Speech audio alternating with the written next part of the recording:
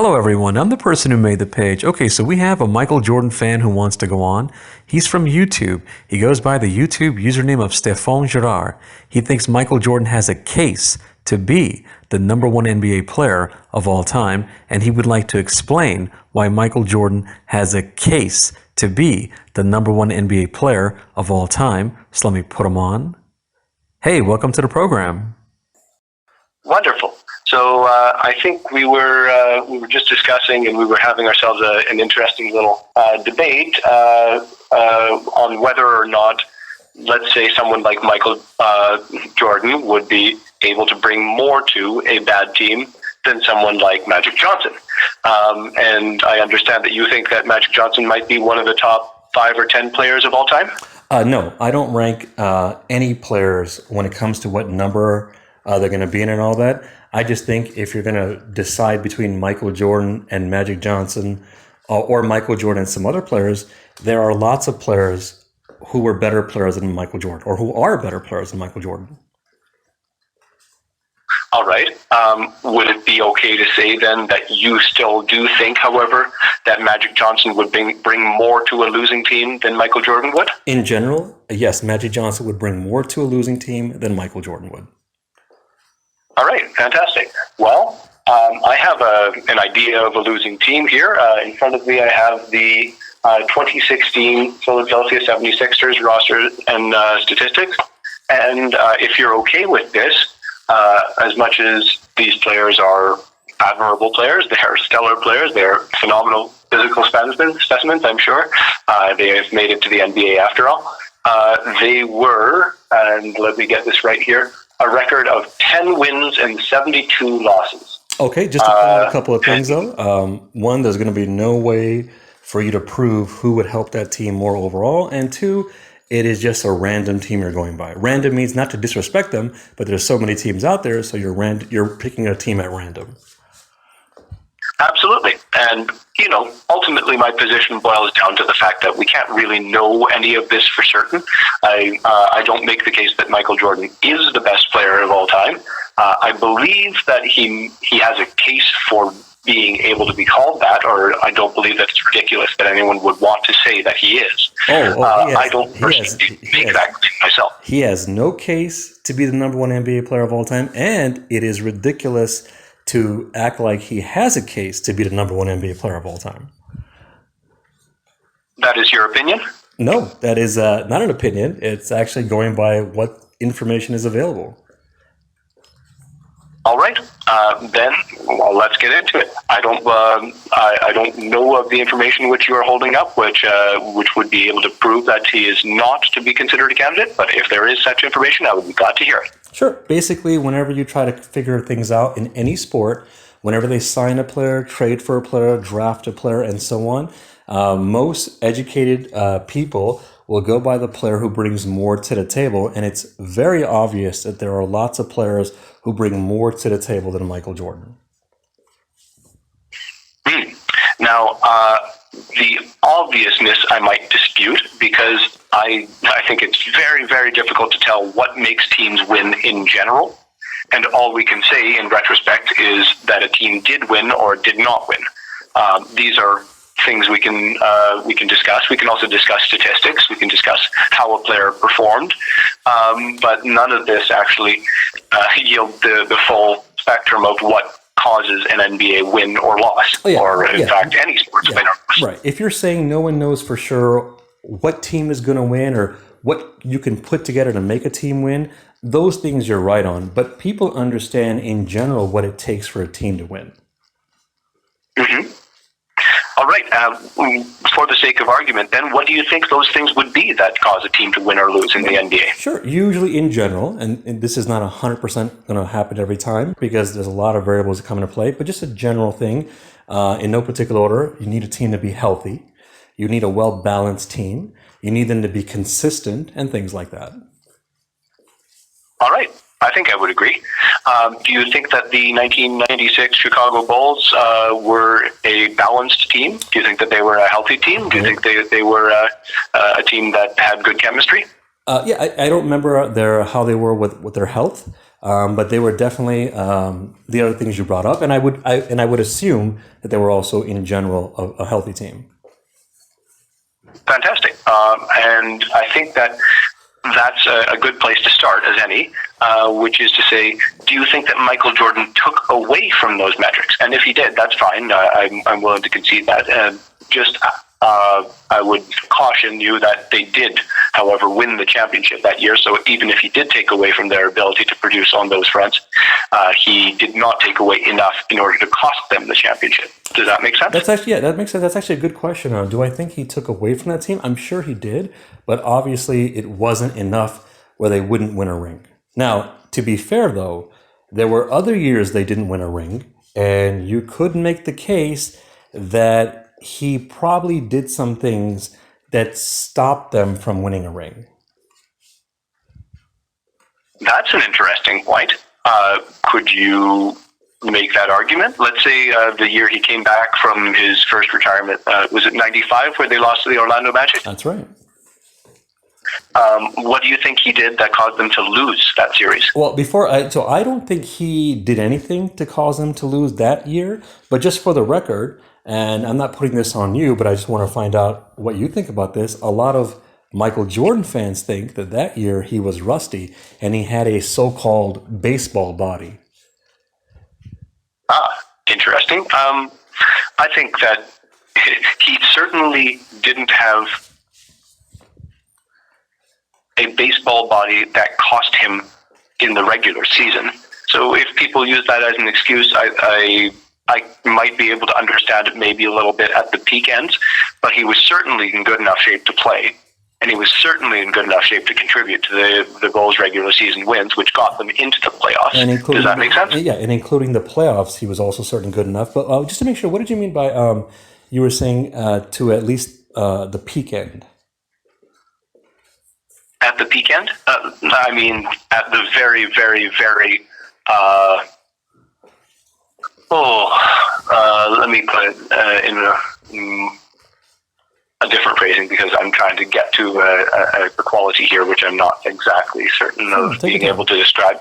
At the most competitive end of the NBA Finals, perhaps him being away from the game for a little while did either dull his instincts or shape his body into a different type of dynamic, but I don't believe that would have been a critical element. It might have mattered a little, but it didn't matter enough to make the difference between him from that year and him from the next year, I don't think. Okay, anyway. So I acknowledge that you're saying if there was something, it wasn't enough to affect his team to the point where they can't win.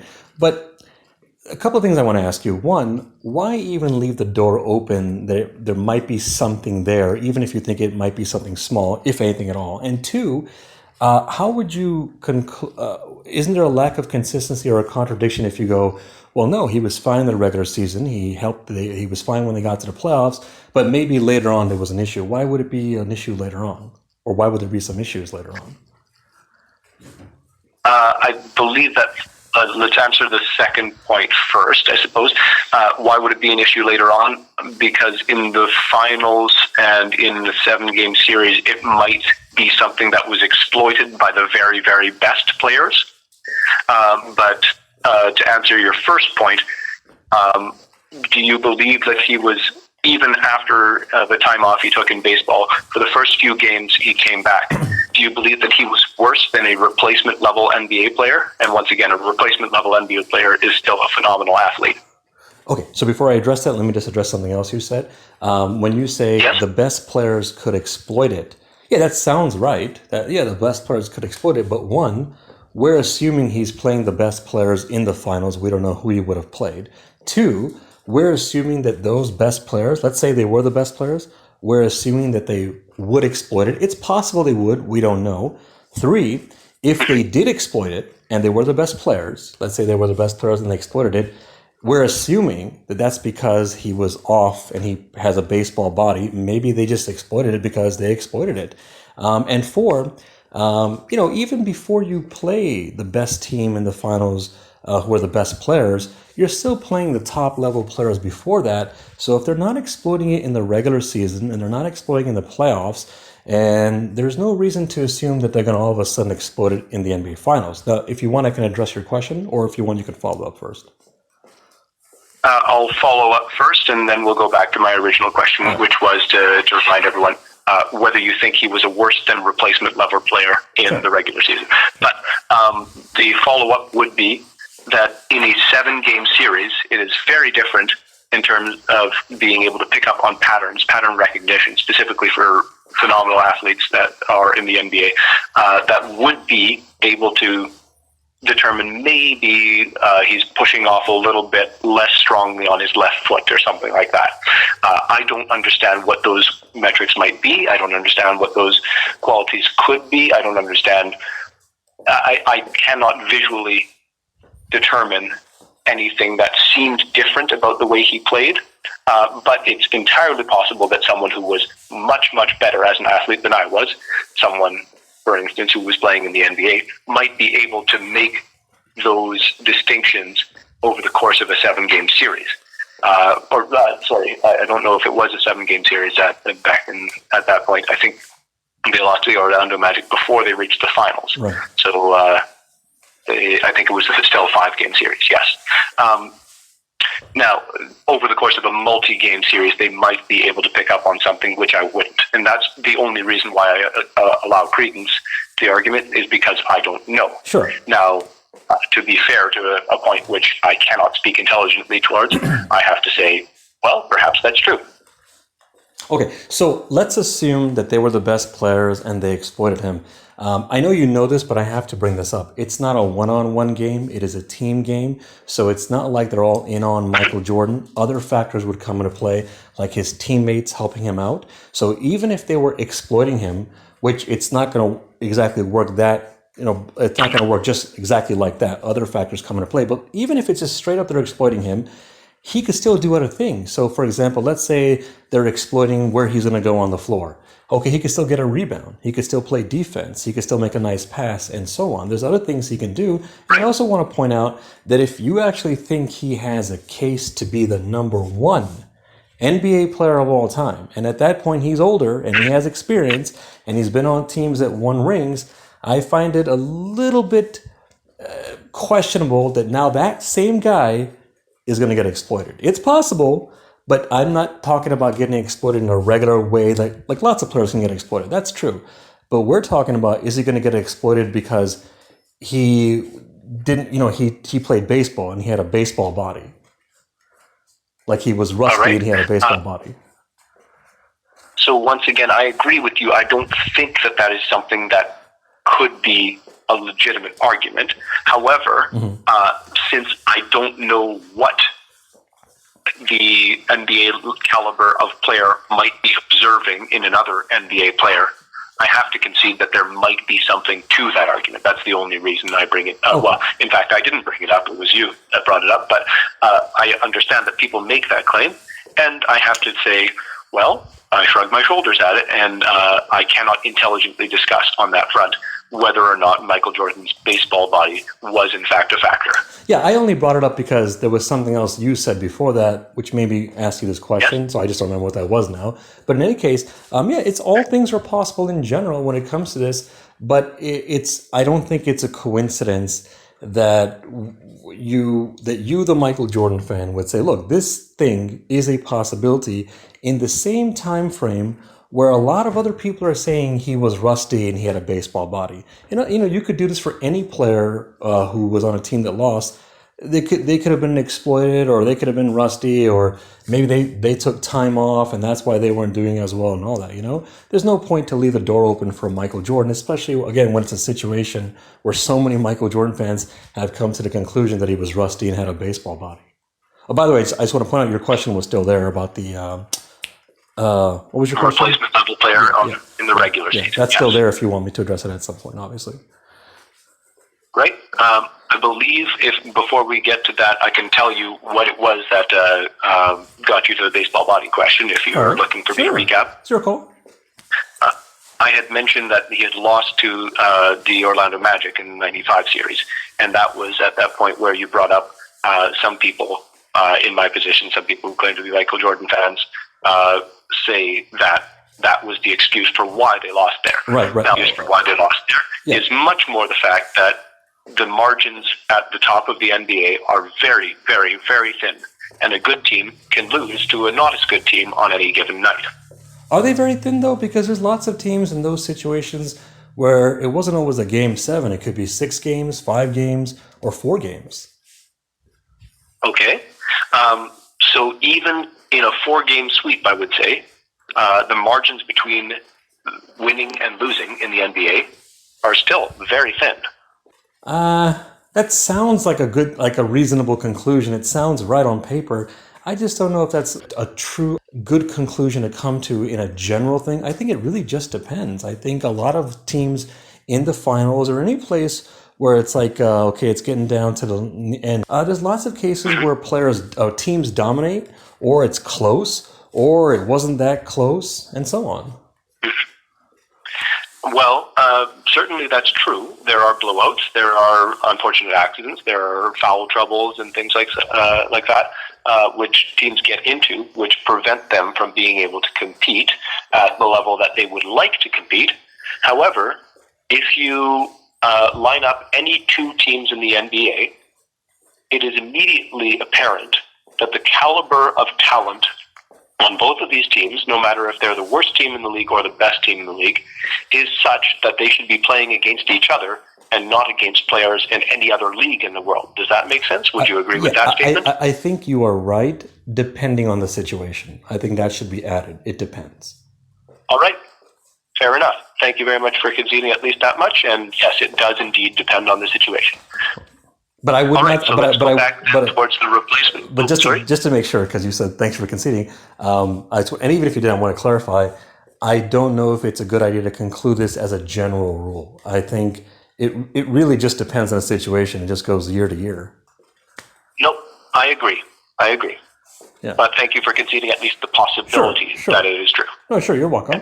You're welcome. Do you want me to address your question? Yes, let's go back to it then. Do you think that Michael Jordan, even after his return from his first retirement to baseball, was still better than the average NBA player of that time?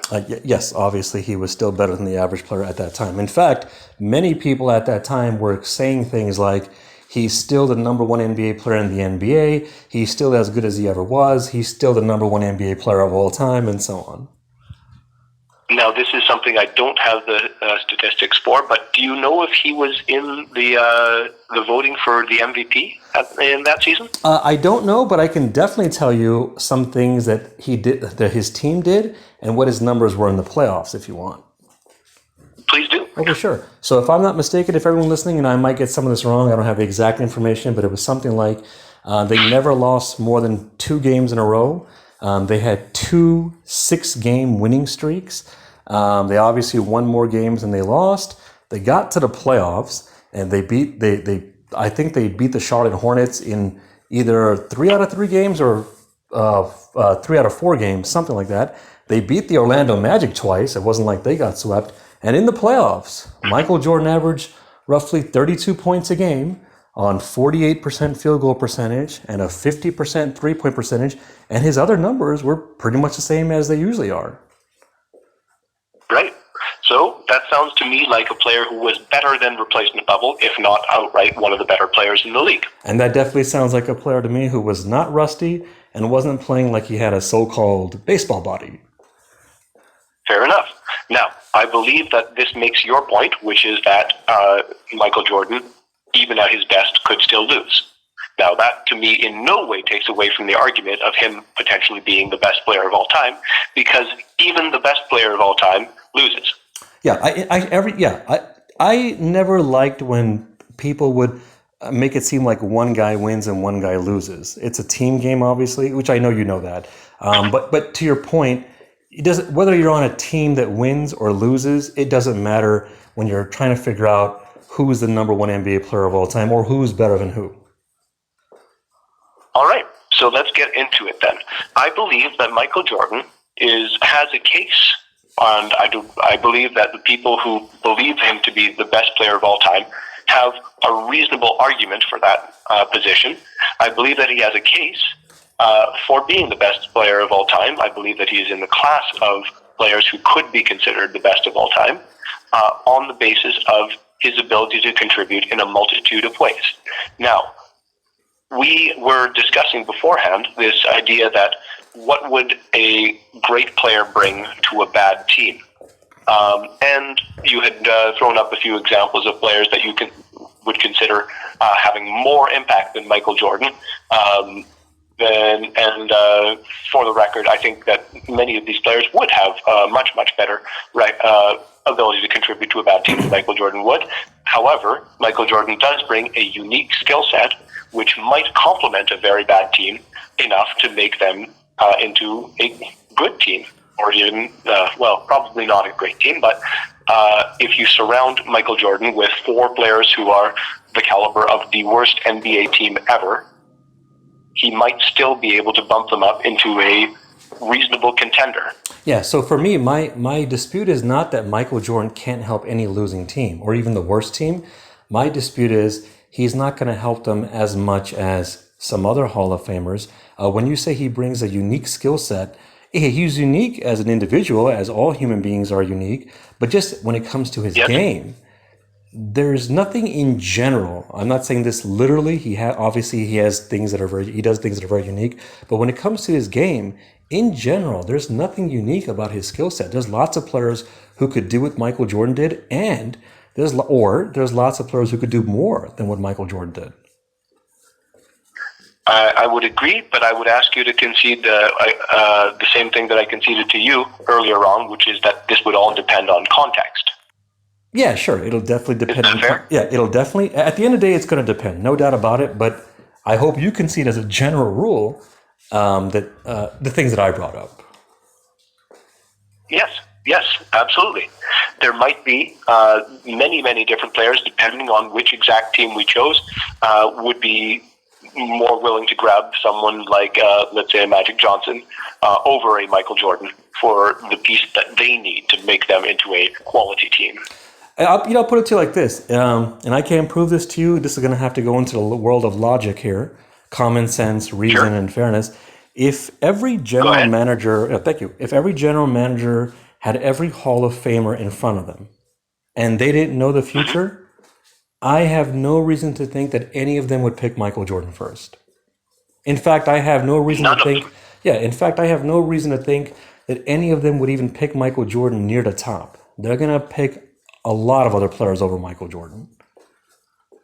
Okay, so if that's your position, I think that's it's a stretch to me, but I do concede that it's possible that all the managers currently active in the NBA would not want the skill set that Michael Jordan brings. Or general manager all the time. However, all if you want to talk about, go ahead. Sorry. No. I think you not just today's general managers. All general managers who've ever been in the NBA. In the history of the game, you don't think that there is a single one? That's right. All right. That's a very, very strong position to take. Quick question. Quick question. I would like to hear how you got to it. Quick question. If there was another Hall of Famer that we were talking about, like I'm just giving a random, just think of someone else who's not as popular as Michael Jordan, and someone said the same things that I said about them. You wouldn't say that's a stretch or question it or act surprised or anything. You might be more open to it. So why not have that same kind of reaction when it comes to Michael Jordan? Because at the end of the day, what you're going to have to say is... Just a moment. There's an assumption there that I need to hold you up on. Okay. I do think I would be just as shocked if you believed every manager in the history of the NBA would pick one player unanimously, no matter who that player would be. No, I'm not saying they would all pick one guy unanimously. I'm saying none of them would pick Michael Jordan.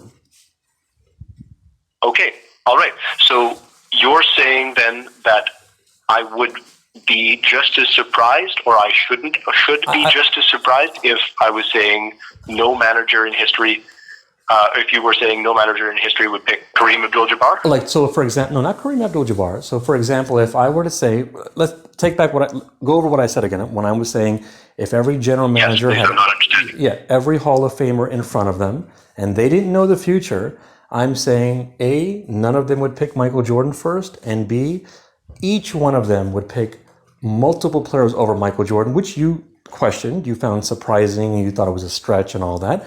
But I don't think you would have those same reactions if I brought the same type of topics up for a number of other Hall of Famers, not Kareem Abdul-Jabbar, but a number of other Hall of Famers who are less popular. So the question would become, why would you not react in the same ways for the other Hall of Famers? If you think that I'm being questionable and you disagree with me and it's a stretch and all that about Michael Jordan, why not do this? Have the same type of reaction for all the other Hall of Famers? Or at least most of the other Hall of Famers. How about that? Right. Well, we can run the experiment if you like. I think I would be just as surprised.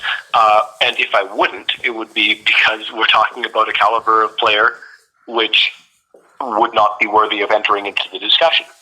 Okay. Now, if you're saying... understand? Yeah, sure, I understand. So if you are saying to me that you would react in the same way for all of the other Hall of Famers, or most of the Hall of Famers, whichever one, then that means you are saying to me essentially that there's a bunch of other people who are just as good as Michael Jordan or better than Michael Jordan, hence why you would have the same type of reaction or reactions. So if you would react in a similar way, then why would you elevate Michael Jordan over all or most of those other guys?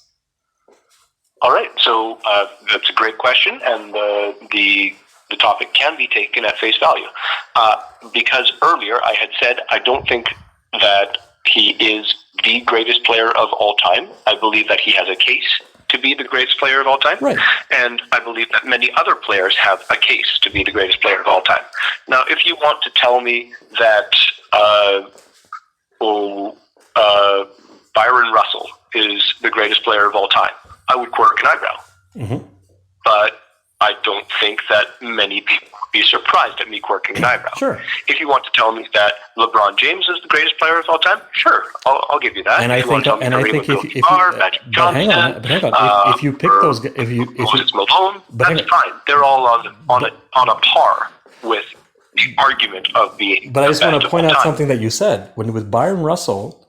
Is it Byron Russell or Brian Russell? Just to make sure.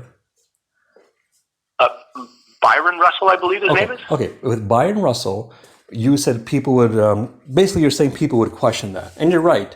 But if you picked LeBron James, a lot of people would question that. If you picked a lot of other Hall of Famers, a lot of people would question those guys. And by the way, the guys who would question you for picking LeBron James and for picking a lot of other Hall of Famers, the majority of them are actually Michael Jordan fans. Your own side would question a lot of those players.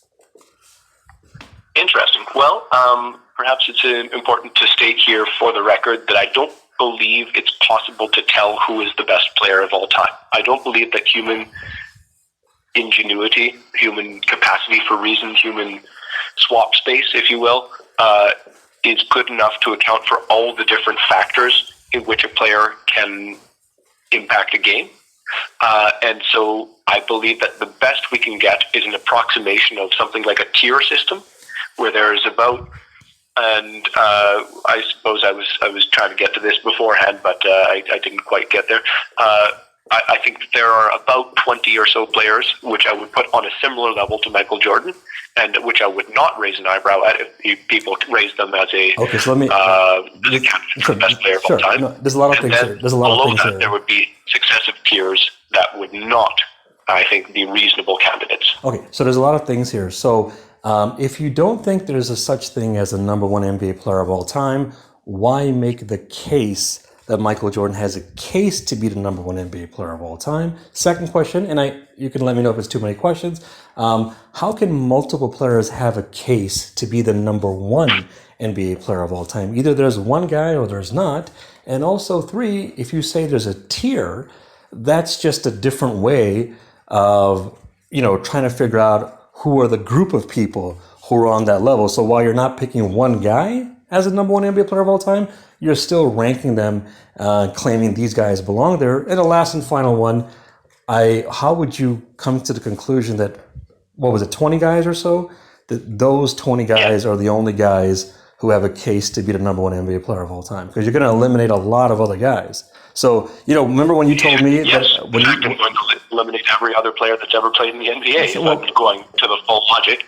However, I don't think that this is illogical. I don't think that this is indefensible. And I think that if you want to ask NBA players their opinions on such things, they will tell you that there are some players who they are better than and some players who they are worse than. Yeah, that's true. But there's a difference between saying who's better than someone. Go ahead, sorry.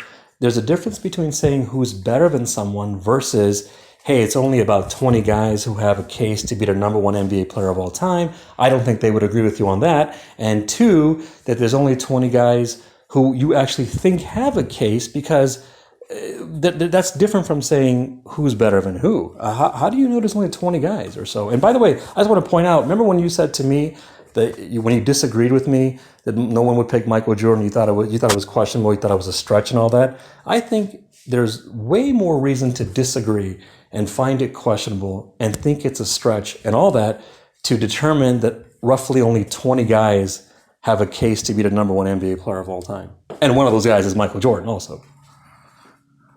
All right. So let's back up one moment here and say that your previous statement was that every manager in NBA history would choose multiple players above Michael Jordan. That's right. As with the future being an unknown. Right.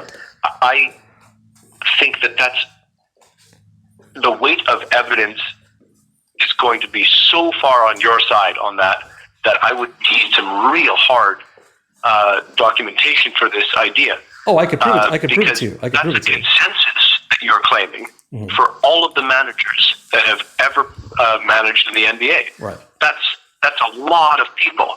Right. Now, the 20 players consensus, I mean, all I'm saying is that there's a couple dozen or so, and I'm willing to swap players in and out, and I'm not trying to say that these are exclusive, but I do think that there's a general trend towards higher skill and lower skill, and that's why I do believe this argument is productive, this debate is productive, is because I think that we can get towards some understanding of what causes players to be better or worse than others by discussing it. Does that make sense? There's no, when you say the weight is on my side, there is no reason for you to conclude that. There's no weight at all. There's nothing. There's way more evidence that the majority of all the general managers have no reason to pick Michael Jordan first and would pick lots of guys over him. I could give you tons of examples of why I came to this conclusion. But if you think I'm wrong, I'll make it easy for you. You don't have to give me multiple examples. Give me one. Just give me one example that you have come to the conclusion that I'm wrong on the general manager thing. There is no example that you can give me that will that will show that my guess is wrong or my guesses are wrong. I'm not saying that your guess is wrong, but I'm saying that you've made a very, very large claim by telling me that you expect every manager to have ever managed in the NBA right. to take multiple players before Michael Jordan. No, that's not a stretch. If you study what people in the sports world, and especially the NBA, because we're talking about the NBA, what they think of when they draft players, it's not only not a stretch, it's pretty common sense. The stretch is to think that any one of them would pick Michael Jordan, and if they did, their what's the word I'm looking for? When they judge a player would come into question. Why would they pick Michael Jordan first over all the other Hall of Famers? All right. So there are two things I would like to say. First, we need to agree that this is a large claim you are making. And it might be a true claim, but we need to agree that this is a large claim in order to make progress here. No, I'm acknowledging it's a guess. I'm just guessing. Okay. I have no proof of any of this. There's no way to prove any of this. All right. Okay. Well, neither do I. But what I would say then is that we get into the second question, which is, what skills does Michael Jordan have, which could conceivably make him valuable to a manager? No. What skills? More valuable than any other player, potentially. There you go. Yes, there you go. Does that make sense? Yes, We'll get into that next. If you want to, go ahead. I'm curious. I can guess what you're going to come up with, but I want to find out where you go with this, because I'm very well aware of what most people in sports value, especially since we're talking about basketball, what they value in basketball. But go ahead, please, if you like. All right. So thank you very much. We have ourselves essentially a question of what is important in terms of preference or play style to account for. Some coaches, some managers, some organizations will prefer perhaps the flash and the crowd appeal of the Showtime Lakers, and they love to have Magic Johnson as their first choice. Some players might want, for the modern era, some pace and space, and maybe they would want Steph Curry, or they would want even Steve Nash or someone of that nature to be their first choice, their most invaluable piece to start a franchise with. No, I don't think any of this is true.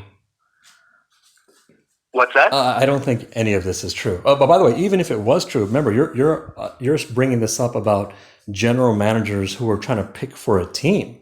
They're trying to match their guy to their team.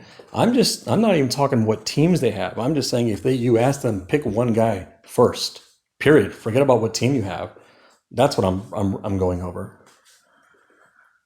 All right, so we're not picking for teams. We're picking for the individual skill set. Because this whole topic is about you making the case that the individual Michael Jordan has a case to be the number one NBA player of all time.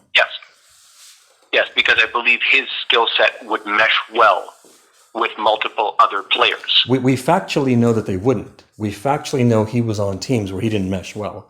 So I'm not saying it can't happen. I'm sorry. Can we back up there? Yeah. Repeat that, please. Yeah, we factually know that there were times. I don't have the exact words I used. You basically what I said to you. Basically, what I said was we factually know that there were players he didn't mesh well with. Sure, but there would be players that every single great player in the NBA wouldn't mesh well with as well. Would you not agree? That's true. And then we get back to the topic of there are players who mesh well better with other players more than Michael Jordan. There might be. Not might, there are. But do they mesh well while bringing the same skills? No player has the same exact skills. But in general, there are players who have more skills than Michael Jordan. All right, and that's your claim, and I'm perfectly willing to concede that it's possible. However, I don't believe that his skill set is as replaceable as you seem to indicate that it is. Really? I think that he does have a skill set which is rather unique and rather difficult to replace. Wow. If you're looking for his style of play. Wow, you on top right now. I can think of multiple players who are very similar to him. You can't think of any? I can think of many players who are similar to him. Right. But I don't think that his skills are replaceable in the same way. Just to take a step outside of basketball, I believe, for example, I think it's still true today. Many people in the realm of association football, soccer, believe that Cristiano Ronaldo and Lionel Messi are the greatest players potentially ever to play the game. Now, even if that's true, which I don't believe it is, I believe that Luka Modric is the player who is the most irreplaceable in today's game, because he doesn't have a skill set which is matched by other players. So even if maybe he's not as good a player as Cristiano Ronaldo or Lionel Messi, I believe that he is a more important player to a team, to a franchise to have. In a similar vein, I think it's possible that Michael Jordan could be that player for the NBA if managers are picking in a vacuum. I'm not an expert on soccer, so I'm not going to get into that. But I don't think it's a good idea to go by what people think. A lot of people, at best, are uneducated about a sport they like, or at worst, they're idiots.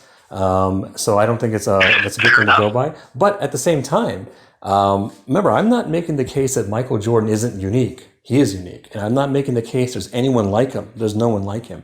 But as you acknowledge, there's players who are similar to him. So I think it's very logical to come to the conclusion that if you can replace Michael Jordan. All right, so let's talk about the people who are similar to him, who bring similar value to him. All right. I think that there are only a handful of players, as I said, about 20 or so, who bring an equivalent amount of value to him, where they do, on the balance of all the different things they do, are able to compensate for the times things would not be going well for them by contributing in other metrics. And just to make sure, how have you come to the conclusion there's only about 20? And once again, this is just my opinion. It's the eyeball test, and I have no real numbers to back up most of this with. But not really an opinion. It's more like a guess or a claim. One of those. It's a claim. Okay. It's a claim, Right. But it's a claim that's backed up by very little evidence, because I don't think that basketball being a team sport, you can actually get down to the brass tacks of who is better than another player. That's true. Well, I'm sorry, I made a mistake. Sometimes that's true, but in this case, you wouldn't have to worry about that, because in your case, you're making the point that there's about 20 players who I guess are similar to him or whatever, or on his level. Actually, before I continue, I want to verify. Is that correct? It's about 20 players on his level? Yeah, okay. Yeah, I think so. Okay, if you want to make it 24 or to bring it up to an even 2 dozen, I'm okay with that. You want to stretch it out to 30, that's fine. You want to restrict it down to 10, I guess that's reasonable too, although I find that to be more difficult to claim to make. I think these days it's very tough to narrow down even the top 10 players of all time. Okay, and just to make sure, the depth of the game being what it is. Sure, just to make sure before I continue, the 20 guys, I'm assuming they're not all shooting guards. Is that right? No, not at all. Okay, not at all. So you are definitely going by multiple positions. So a few things to go over here. One, if you have players of different positions, it's going to be harder for you to prove that there's only roughly 20 guys on his level. Two, when you go by people, when you make the point that Michael Jordan basically, there's no one on his, it sounds like there's two sides you're saying here. It sounds like you're saying he's unique, no one's better than him, but then you're saying, no, he's unique, but there are people who could be better than him. I'm trying to make sure I understand what side of the fence you're on. Very, very close to my point. Very close to my point. The only thing is the absolute nature of the statement. So I'm saying that he is unique, yes. I'm saying that he could be the best player of all time. I think that he has that ceiling, if that's a term you want to use. I think that if you want to give him all the credit for every single intangible nuance going in his favor rather than against him, it's possible he could be considered one of the, if not the greatest players of all time, and I wouldn't ridicule anyone for considering that. But if you take those intangibles and you consider him to have all of those pushed against him, I don't think he drops out of the top 50 players of all times, unless you do. I don't know exactly what number I would put him on, but I know there's lots of players better than him. I just never actually sat there and tried to figure out how many are better than him. When I consider him to be of the caliber of player to be considered greats, it's because I believe that the places where I wasn't emphasizing, he was still good enough to pass muster. Yeah, but other players will be better. Yeah, no, it does. But I think part of this is your belief on these things. I think you're also going to have some assumptions. You're going to have a very simplified way of going, yeah, he can do this, he can do that, he can do this and all that. And you're not putting the other players on that level. I do think also, I wanted to bring this up earlier, I think other things are coming into play. Maybe you have a little bias towards him. Maybe you're influenced by the media about him. Maybe this is one of your favorite players. I don't know. I'm sure there are more examples, but you get the point. At the end of the day, man, when you go by the totality of the game, height, weight, length, points, rebounds, steals, blocks, assists, field goal percentage, three-point percentage, free throw percentage, turnovers, games plays, minutes played, leadership, IQ, team play, impact, and so on, Michael Jordan has no case to be the number one NBA player of all time, and there are lots of people who bring more to the table than him. All right. So that's where I would ask you then to say which player, in your opinion, does have all of those categories put together enough for you to say unequivocally over Michael Jordan, they fall into that realm. Sure. Not my. I guess we can could start with Moses Malone if you'd like, but we can go anywhere you want. It's your call. Yeah, not my opinion, my claim. I am definitely claiming there's people who bring more to the table than him. I'll list some players if you want. If you want, I can start with Moses Malone since you asked. It's up to you. Sure. And just to be clear, what I'm looking for here is not that he wouldn't have been worse than them in some categories, but that there were aspects to his game that were so bad compared to these players that the floor on them dragged him below their potential floor. When you say so bad, are you talking about he wasn't as good or he was particularly so bad? So let's say he had an intangible or a statistic that was abysmal. And this is perhaps one of his greatest strengths as a player, was that he was not noticeably bad at any one thing. Unless you think that he was, then you should bring that up. Oh yeah, no, he definitely was. At more than one thing, he was noticeably bad. For many years, he was noticeably bad as a three-point shooter. Later on, he improved his shot, especially when they shortened the three-point line. He didn't have the stamina. He many times. Can I ask you? Yeah. Can I ask you, when you say noticeably bad, do you think better than league average or worse than league average? I don't know. I never bothered to check that. Because I think that this is my point. He was never so bad that he wasn't considered a threat in stamina, in three-pointers, in whatever, in his leadership skills, if you want to call them bad.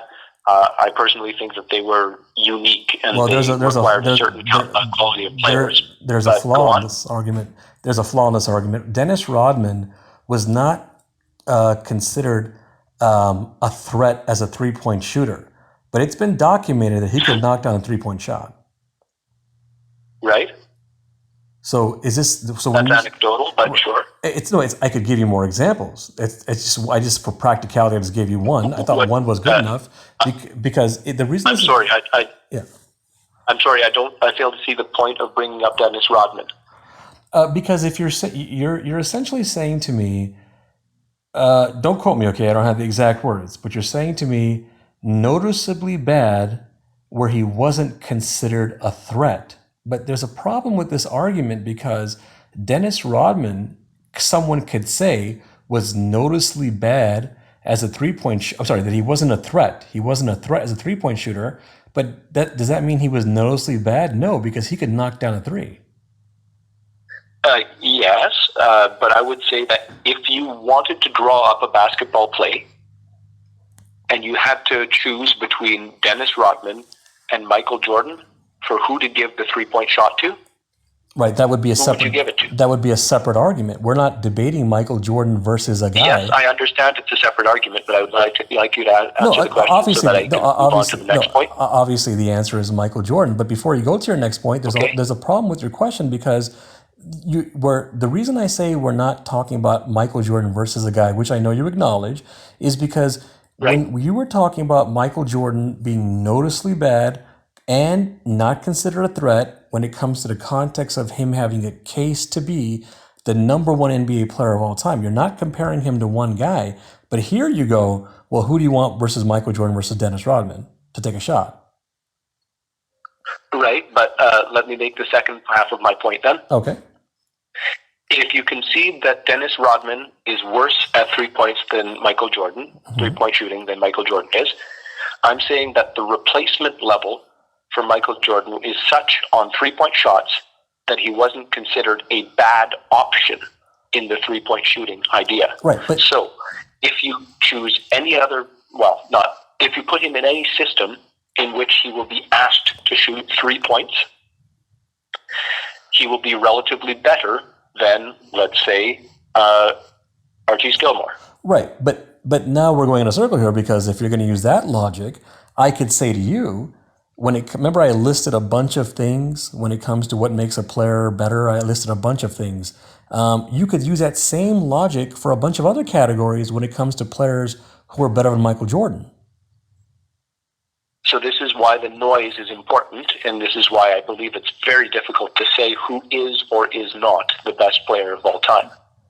And that very logic is why I find it interesting that you seem to be confident that he cannot be right. I'll tell you top why. player of all time. I'll tell you why. I have no problem ranking Michael Jordan above Robert Horry, because you can easily show when you go by the entirety of the game, go down the list of what you look for in a player, he checks more boxes than Robert Horry. He brings more to the table than Robert Horry. So I apply the same logic when it comes to a lot of other players compared to Michael Jordan. But there's nothing to prove that he checks all the boxes over all the players who ever played in the NBA, which I know you acknowledge that, but you're still saying he has a case to be the number one NBA player of all time, which means you're essentially saying he has a case to be the guy who checks all the boxes over all the other players. He checks more boxes more consistently than most other players is probably his greatest quality as a player, is that he is an all-arounder. He is a versatile option. And so having someone that versatile is a great asset when you are building a team. Okay, number one. Is that agreed? Not exactly, no. Let's go. There's a lot to break down here. Sorry, can I ask you to specify, do you not agree that it's an asset to have someone that versatile, or do you not agree that Michael Jordan is that versatile? Oh, yeah, no, I'm going to go through it. I'll answer your question right now. I don't think Michael Jordan is that versatile, but it doesn't matter anyway, because I'm going to go through each thing that you said. The first part you said was I just forgot for a second. The first part you said was he checks most boxes compared to most players who played in the NBA. That's true, because we're going to talk about a lot of people who are not Hall of Famers, All-Stars, legends, and all that. So yeah, he checks more boxes compared to most players. But you could say... We are discounting those players already. We are against only the Hall of Famers, essentially, when we're discussing the tier of players who could be the best of all time. Right. So you could say this about every Hall of Famer in general, all Hall of Famers, how about most Hall of Famers? You could say about most Hall of Famers. You could say this about most Hall of Famers in general. They check all the boxes compared to most players. So for me, that argument is going to go out the window. Now, if you're going to say, well, okay, he was versatile. No, I do specifically mean against Hall of Famers. He checks more boxes more consistently. That's factually not true. But if you say you have a case, you can show that to me. That's where I would like to start getting to the details. Sure. But let me just go over to the other things you said. When you say he's versatile, this is going to get into a whole realm of a broad definition of what it means to be versatile. Yeah, in some ways he was versatile, but lots of players in some ways are versatile. It's harder to prove this because it's a broad thing. It's kind of like leadership. You know what I mean? You could prove it to a certain extent, but it's hard to measure and prove it. But I get your point. He's versatile, but lots of players are versatile, and lots of players are more versatile than him. You were also saying about... lots of players are more versatile than him? Yeah. Could you give me an example of someone more versatile than him who I haven't already mentioned? Specifically Russell, Garnett, and Olajuwon? Sure. Just to make sure, what do you mean by versatile? I want to make sure we're on the same page. In terms of what they can do, what they can offer as talent on the floor, I think that those three players, and possibly LeBron James, although I have a specific argument against LeBron James here, are the only ones who I consider to be as or more versatile than Michael Jordan. So versatility is not the only argument by which I think he might have a peak that puts him past the greatest players of all time. But it is one of the great ones. And on that front, I think there are only a small handful of players who are more versatile than he was. Factually not true, my friend. There's a number of players, a lot, who are more versatile than him. Essentially, you're talking about checking more boxes and being an all-around player. There's a lot of players who check more boxes and are more of an all-around player than him. I'm curious, by the way, with LeBron James, what would your complaint against him? Not a complaint. Yeah, but I think if you look at specifically what you're trying to build your team for, LeBron James may have as high a top speed, perhaps even a higher top speed than Michael Jordan did at his best in terms of absolute flat pace running down the court. But Michael Jordan had a better acceleration than he did, first step, that sort of thing. How do you know this? And he was more agile. How do you know these things?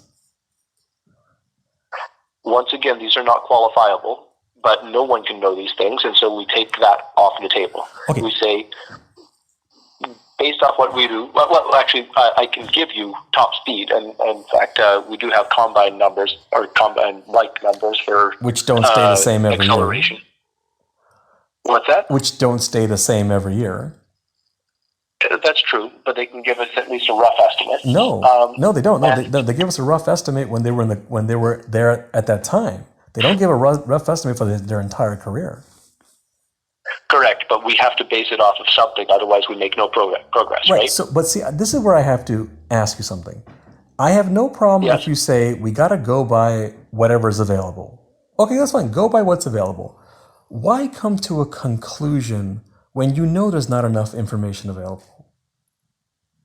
This is why I do not. No, you do. You've come to many conclusions. I can list you lots of conclusions you've came to. I do not come to a conclusion about the best player of all time. Yeah, well, you don't, but you still think Michael Jordan has a case to be the best player of all time. Yes, and I do not ridicule anyone for saying that he is the best of all time, because I think that it's possible he could be. But it's like someone now, saying... you, on the other hand, seem to be making the counterclaim, which is a positive claim, which is that he cannot be. Because there's no evidence. Much more than my claim. We went through this. It doesn't require anything. I have no evidence. Someone has to prove to me that I'm wrong. I don't have to prove anything to anyone, which I can do it anyway. Sorry. Yeah. Can I ask you? You are saying that Michael Jordan cannot be the best player of all time, correct? Add on to that, because there's no proof. I have no proof the earth is flat, therefore the earth cannot be flat. That is not correct logically. Okay, how if so? You have no proof that the earth is not flat, it could be that the earth is not flat. Well, I should have added more than to it. So I have proof the earth is round. If you have proof the earth is round, then you have a basis for making the claim that the earth is round. Right. If you have proof for the earth being flat, then you have a basis for making the claim that the earth is flat. Right. But if these are not what's happening here. But if you said that you had a claim, or you said you had proof. No, my apologies. No, it's fine. If I just to keep it simple, if I have, it is impossible for Michael Jordan to be the best player of all time. Right, and that is a positive claim about his status. I can go to either direction. I could say, yeah, there's no proof the Earth is flat, but that, you could say it's possible. I don't have to say it's possible. I can just keep it simple and say, I have no proof the Earth is flat. Done. I don't care about possibilities. Now, to your point, I could go to the level of, is it possible it's flat? Sure it is. But now we're going to go by the information available. I have no information that shows it could be possibly flat. I have information it could be round. So with Michael Jordan, we'll do the same thing. There's no proof he has a case to be the number one NBA player of all time. That's all there is to it. But I have information that there are players better than him. And there's no reason for me to go, he has a case to be the number one NBA player of all time. All right. So I will stop you right there and say that even making the claim that there are players better than him is very difficult. No, it's easy. I cannot make the claim, even though I would much prefer to. I would not be able to actually make the claim that Artis Gilmore is better than Metta World Peace. You don't think Artis Gilmore claims to substantiate in the context of a basketball team you don't where think multiple pieces are working together. I just want to make sure, you don't think Artis Gilmore was better than Metta World Peace? I say I cannot make that claim. Okay, you can't. It is not possible to prove that fact because a team might want what Metta World Peace brings to the table more than what Artis Gilmore brings to the table. First of all, now we're going to get to the world of logic, okay? Because no proof. There's no logical reason to think that some general manager would pick Metta World Peace over Artis Gilmore. But be that as it may, it doesn't matter anyway at this point because I want to understand something else here. Can you make a case Hakeem Olajuwon or Wilt Chamberlain or Kareem Abdul-Jabbar or someone like that were better than Metta World Peace? once again, I can make the case, but I have no proof because it's a team game. No, you do have. Can you make the case Michael Jordan was better than Robert Horry? I cannot. Well, at least you're being consistent. I'll give you that. And neither can you. Oh, at least you're being consistent. If you would have said yes, then you would have been inconsistent. So you're being consistent. Yeah. But just thanks. I'm trying to be logical here. No, I appreciate that. But just so you know, and remember, I'm the one who disagrees with you. I could definitely make the case Michael Jordan was better than Robert Horry. I could definitely make the case. And so can I. But I cannot prove it. I made a mistake. Even though case is fine, I want to explain it again. I could prove Michael Jordan was better than Robert Horry, and I could prove that the other... There is where I think we're running into trouble, because you're saying that you can prove that Michael Jordan is not the best player of all time, and you were saying you could prove that Michael Jordan is better than Robert Horry. Right. In fact, I'm being consistent, and I can definitely prove Artis Gilmore, Wilt Chamberlain, Kareem Abdul-Jabbar are also better than Michael Jordan. I am being consistent. Remember earlier I listed you a bunch of things. Do you remember those things? I was listing what a player can do in a game. Yes. Remember all? Okay. I'm kind of leadership. Yes. Right. I'm a little surprised. I assumed after I listed all those things, and I know I even said there's more examples, but you get the point, that you would start to say, okay, wait a minute, that's definitely more than the 5 things that I thought were the basic things or whatever. Remember you thought there were 5 basic things or something? And there's a lot of other things that factor. I would have thought after I listed all those things that you would A, say, now I get why he's picking people over Michael Jordan, and B, now I get how he comes to the conclusion of which player is better than which player. But it seems like all that went out the window. You're not getting it? No. I was still waiting on you to actually provide the players that actually surpassed him on those metrics. Yeah, I could do that, but I'll do that. But I'm just curious. After me listing all those metrics, you couldn't figure it out on your own, like which players are better than Michael Jordan, for example, or which players are better than which players, like Michael Jordan being better than Robert Horry, or Artis Gilmore being better than Metta World Peace. And notice what I'm asking you is 2 things. I'm asking you: 1, you can't figure out who's better than Michael Jordan, and 2, you can't figure out how to prove which player is better than which player in general. It is. I think that it is outside of the realm of human capabilities to say who is better than whom. It is, no, not to say, sorry, to prove who is better than whom, because the context of the team game gives, as I mentioned before, a huge gray area in which you cannot operate with confidence.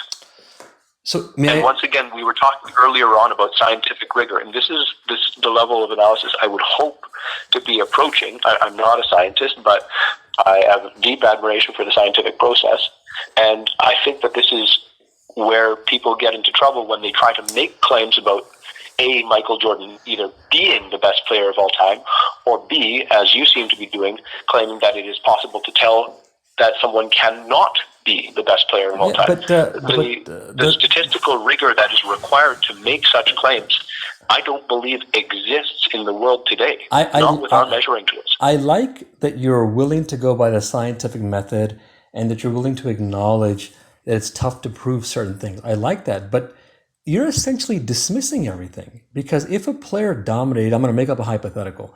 If a player dominated in all the things I listed, all the things, at that point you don't acknowledge he is the better player, then A, there can be no way to prove it ever for you, and B, what proof would you need? So that's a moot point, because no one has ever dominated in all of those categories so much that it was unequivocal. Sure, otherwise we wouldn't be having this discussion. Sure they have. Remember I was asking you, I said, like, can you prove Michael Jordan's better than Robert Horry? And you said I can't. And you said the same thing about other things. You're essentially saying no player can be proven over any player, right? Correct, because the value of each individual depends on the context into which they're placed. I gave an extreme example to give you an extreme example. That means if an extreme example can exist, all the things underneath are more likely. If you have a guy like Kareem Abdul-Jabbar and you compared him to a guy who played a few minutes a game and hardly has that many statistics, obviously Kareem Abdul-Jabbar was the better player. Obviously, it appears that he was the better player, but perhaps the player who only played a minute or two a game was just never given the chance to flourish, were never given the correct circumstances in which to do so. Okay. Now, that's unlikely, I agree, which is why I do feel confident, although not 100% certain, in saying that Kareem Abdul-Jabbar would be better than such a player. I would say that, and I would trust that people would take me at face value when I say that Kareem Abdul-Jabbar is better than Steve Kerr, for instance. But what's the point? What's the point on the one hand of going, well, look, Kareem Abdul-Jabbar versus some guy may not mean he's better, and then go, but hey, Michael Jordan has a case to be the number one NBA player of all time. Like, you're on two different ends here. On the one hand, you're smart enough to go, look, you can't prove it. What if that guy who just didn't get a chance? So you're acknowledging that you want factual proof, which I dig. But then you're the same guy who goes, well, Michael Jordan has a case to be the number one NBA player of all time. Now you're throwing out the facts. No, not at all. So what I'm saying is that, let's say Steve Kerr, once again, as a bench player, who was never really considered the best player in his team, let alone the league. Let's say he was put up as a candidate for the best player of all time. Let's say I try that. Let's say I tell you, I think Steve Kerr is the best player of all time. I don't think that you can prove me wrong. Now, let's be clear, I'm not saying that.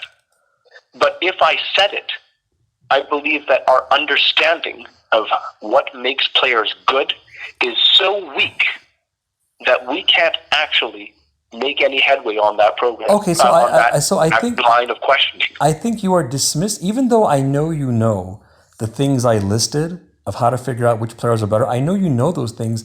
I don't think you're putting it together. I think you know, okay, there's this, there's this, there's this, there's this, there's this, there's this, but you're not putting it together and going, if we go over all those things, here's how we know this guy is better than that guy. So, for example, I just giving some random example, Steve Kerr. Hold on.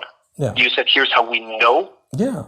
I dispute that. No. Here's how we can suspect. No, here's how we know, and I'll show you how we know. Steve Kerr got a chance to play. It's not that he didn't get a chance to play. He did. And even if you say, well, he didn't start as many minutes, fine.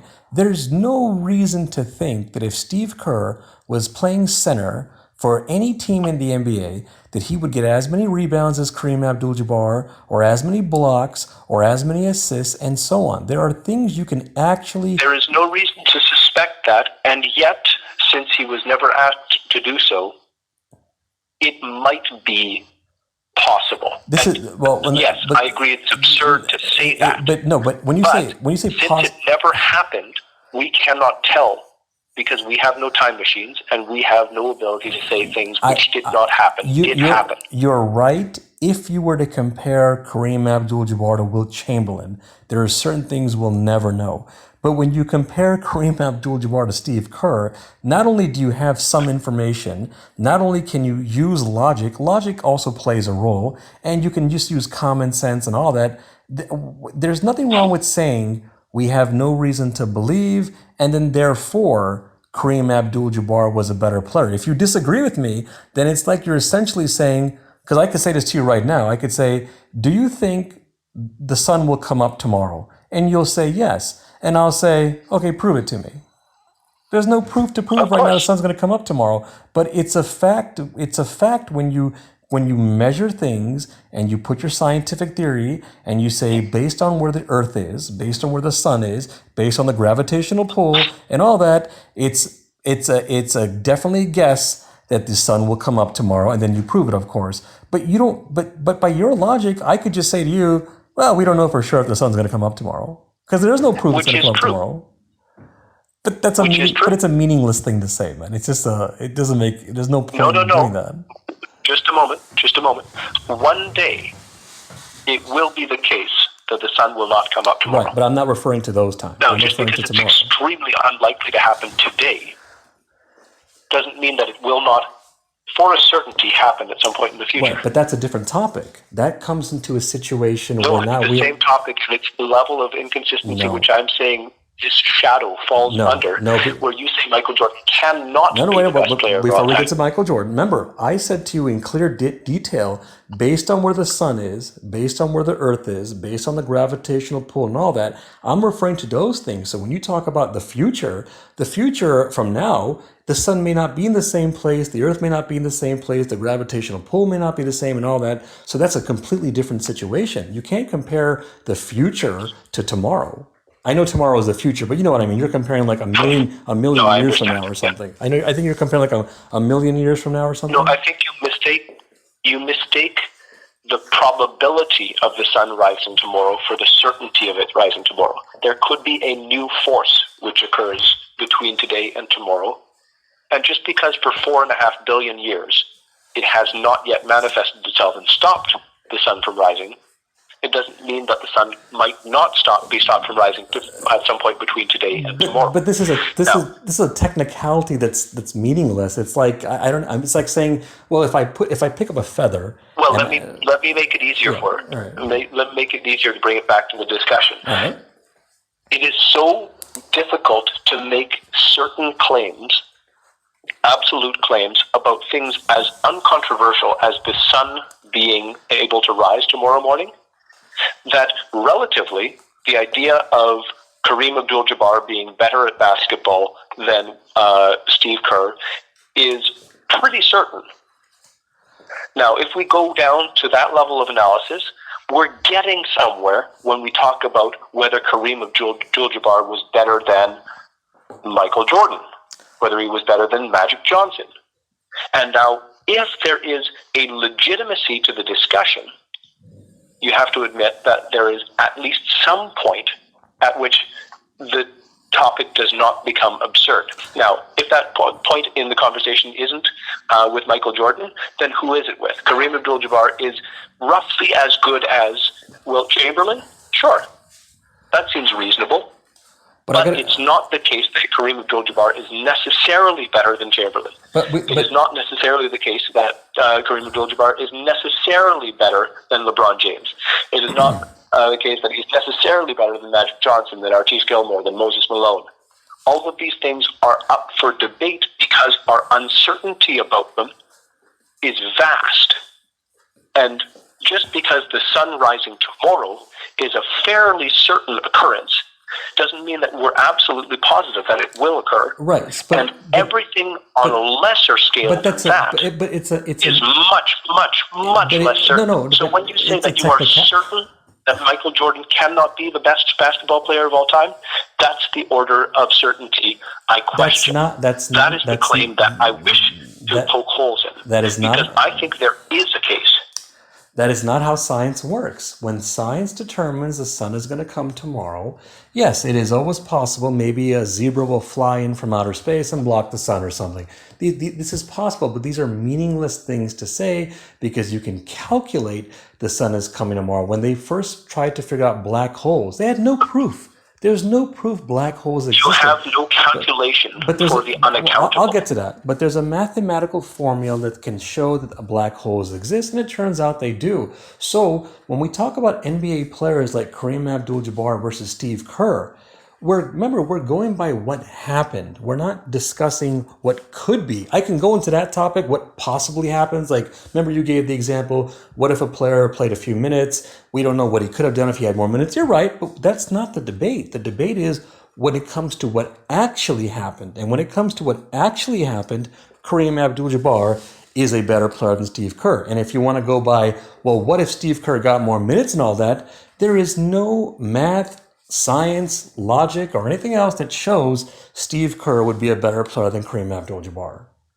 Right, but there might be a manager who would pick Steve Kerr over Kareem Abdul-Jabbar for his particular team. Let's say they had Ralph Sampson and they had Hakeem Olajuwon on their team, and they didn't need another Kareem's length. They didn't need his scoring.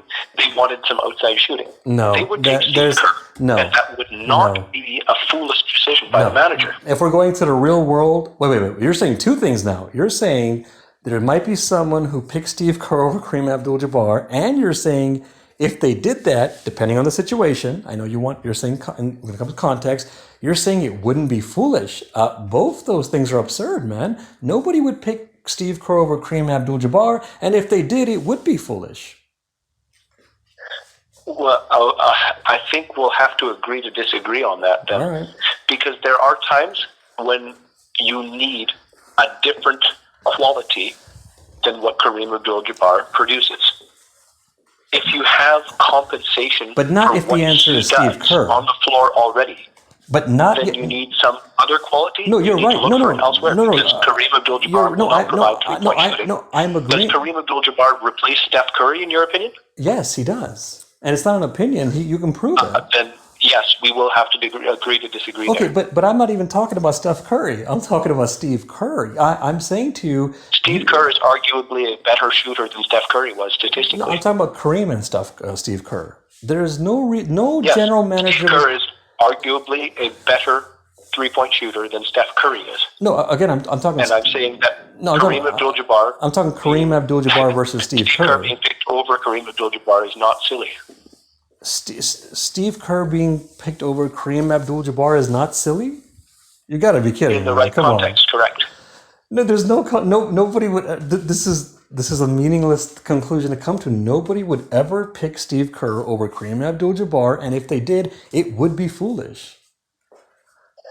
Now, Universe, I'm going to have to say to you that if we played basketball games and you are unequivocal about this fact, in the infinite number of basketball games we could play, you are limiting yourself to saying one player is better than another, therefore I will never pick this player over the worst player. You're mixing in two different things. You're talking about a hypothetical where some players are more on the same level and they're close and they bring a lot to the table and all that. I'm not talking about those things. I'm talking about one guy who clearly dominates in more places than the other guy, Kareem Abdul-Jabbar versus Steve Kerr.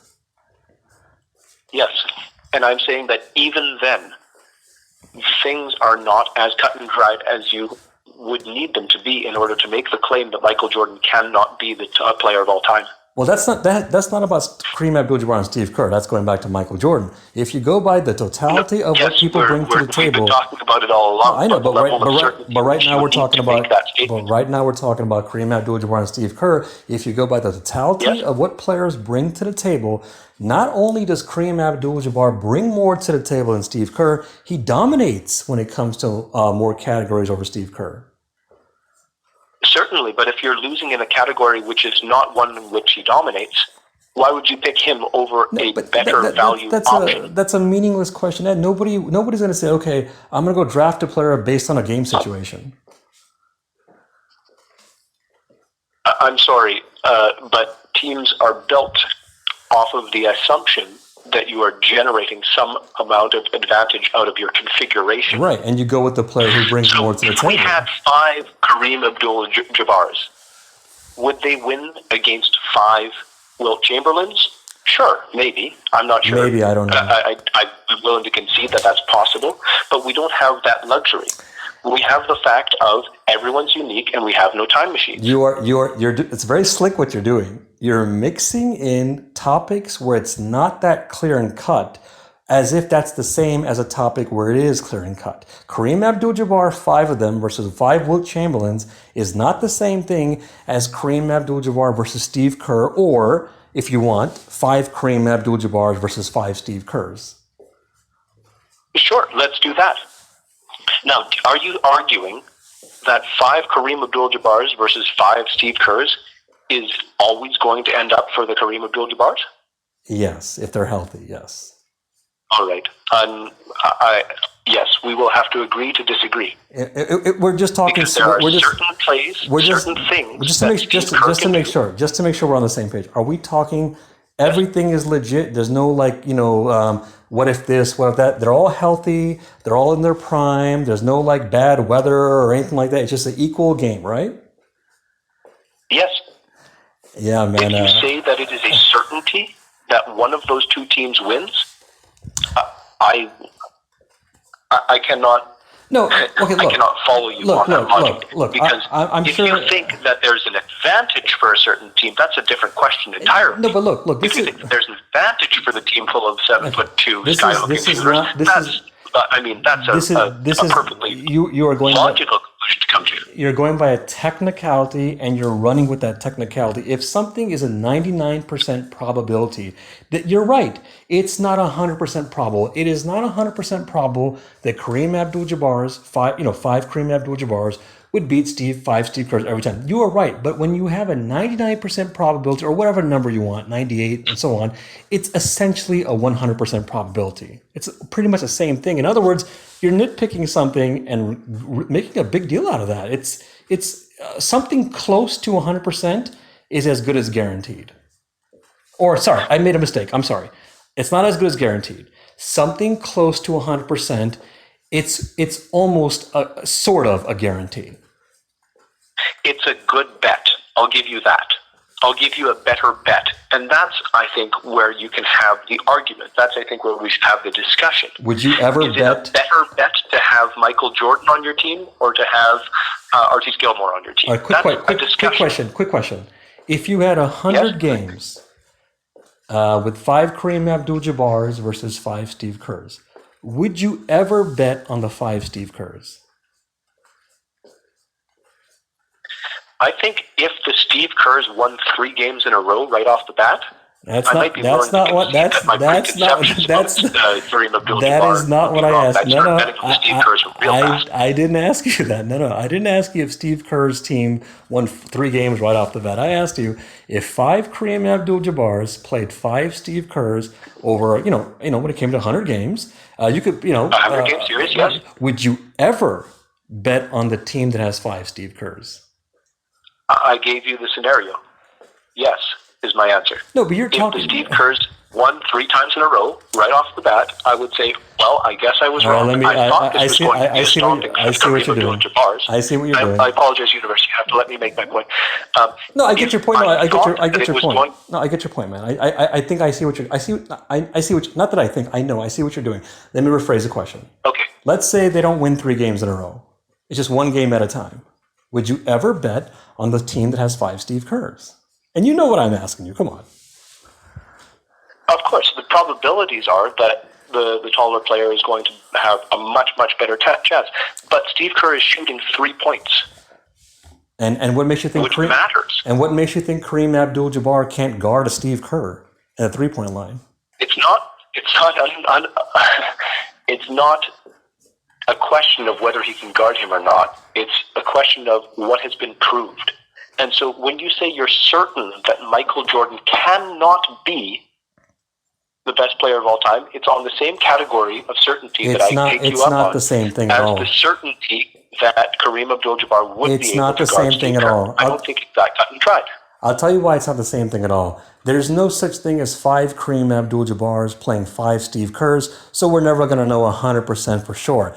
So we have no proof. That's why it's unsure when it comes to is it a 100% guarantee. But we have actual proof that there are players out there who brought more to the table than Michael Jordan. So therefore, Michael Jordan has no case to be the number 1 NBA player of all time. When you say there is proof, I say to you, is this proof on the order of the sun will rise tomorrow? Because even that proof is suspect to at least some amount of questioning, and we do not have that level of certainty about Nobody is questioning if the sun will. Nobody is questioning if the sun will rise tomorrow. I assure you. If they do, they're insane. No, and I don't treat my life as though the sun will not rise tomorrow. In fact, I bet on it. I bet that the time that I spend studying today will be rewarded by a sun rising tomorrow. But that's a near mathematical certainty, and it's still not 100%. Basketball is not a near 100% certainty, and it is not a mathematical probability. It is, in fact, a competition. We're going in a circle, though. Yeah, it's not 100% guarantee. That's true, but that's a meaningless thing to say. It's still the math shows the sun's coming tomorrow. It's just not 100% guarantee. Right. So can you concede to me then that it is possible that the Michael Jordan being the best player of all the time is more likely than the sun coming up tomorrow? You're asking me to concede to you that the possibility of Michael Jordan being the number one NBA player of all time is more possible than the sun coming up tomorrow? Is greater than zero. Oh, okay. So it's a technicality. You just want to make sure there's one piece of breadcrumb on the table. Yes. Okay, sure. Because you have claimed that there is proof that he cannot be. No, there's nothing. There's no breadcrumb on the table. There's nothing that shows. There is not. All right. There's nothing. Good. That, well, hold Thank on. you. Well, I appreciate before that. you thank me, let me just. Now I ask you to prove it. But let me just hold on. There is no proof at all available that shows Michael Jordan is possibly the number one NBA player of all time, and I'm happily show you again why. But as a reminder, I agree. I don't have to do that. It's up to you to prove to me that he has a case to be the number one NBA player of all time, and you know, because you acknowledge there is no proof. Not if you make the claim that he cannot be.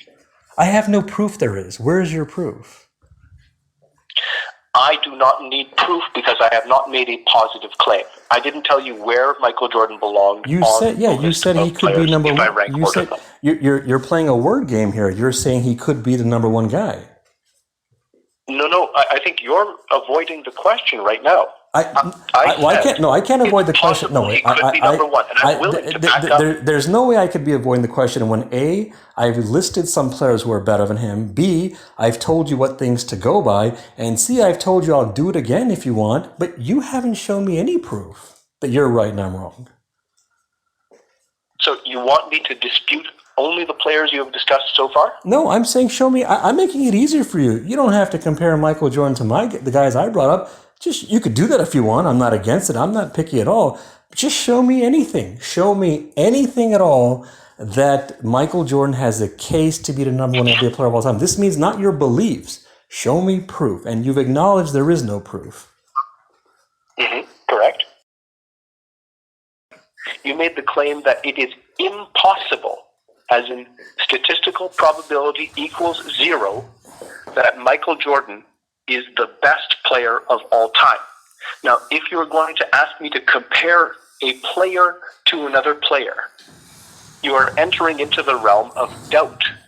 You are entering into the realm of the unknown. You are entering into the realm of theoretical possibilities because this is a team game and we are trying to line people up roughly according to their skill sets.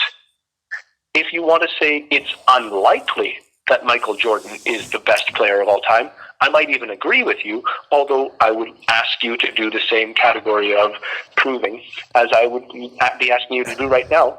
However, right now, there is more of a rigor which is demanded from you for making the claim that the statistical possibility is actually effectively Well, number one, when you zero. say you might agree with me, no, you might not agree with me. You clearly think he has a case to be the number one NBA player of all time. So I'm not sure why you said you might agree with me. Yes, but I'm willing to be convinced. And B, I don't have to prove anything. I have done it, I think. I've shown you a number of things that people should use when you rank players, which is not my cherry-picked things. It's pretty much whatever people do in a game, and I've shown you why some players are better. I brought up that there's no proof that he's better, and at the end of the day, you have not shown me any proof that he has a case to be the number one NBA player of all time.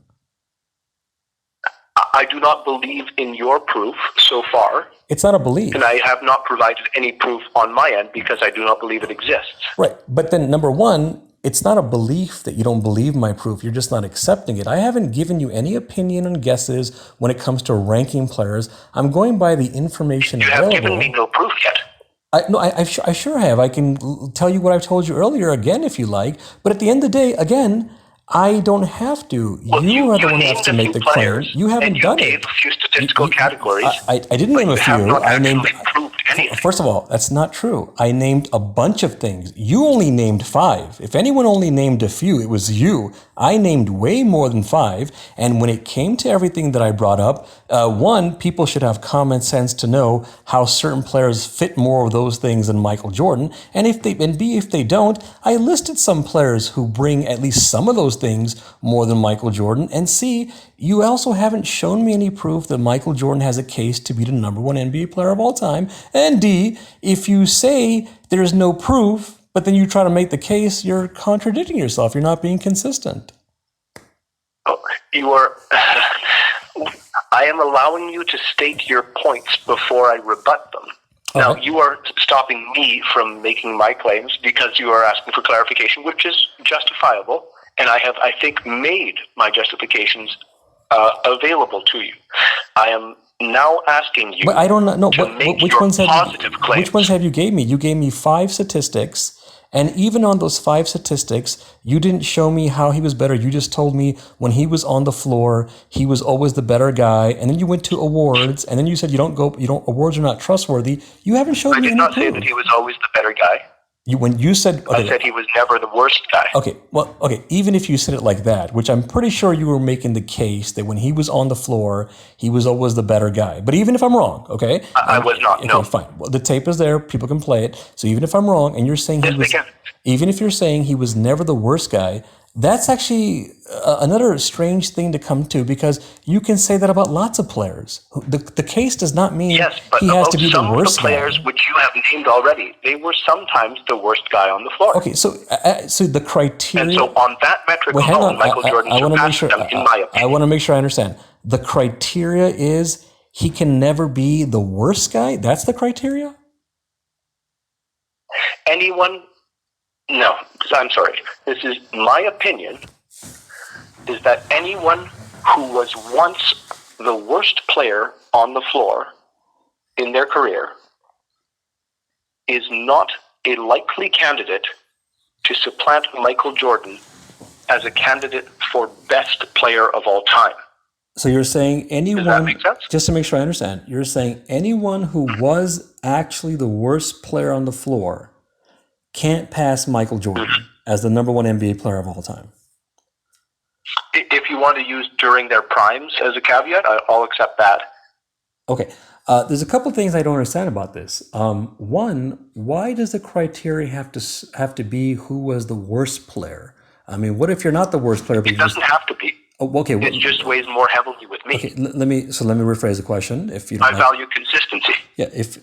Well, first of all, you don't value consistency because there's a lot of players who are more consistent than Michael Jordan. But anyway, before we get to that, you're saying that. Well, let me get to the. Michael Jordan was more consistent than they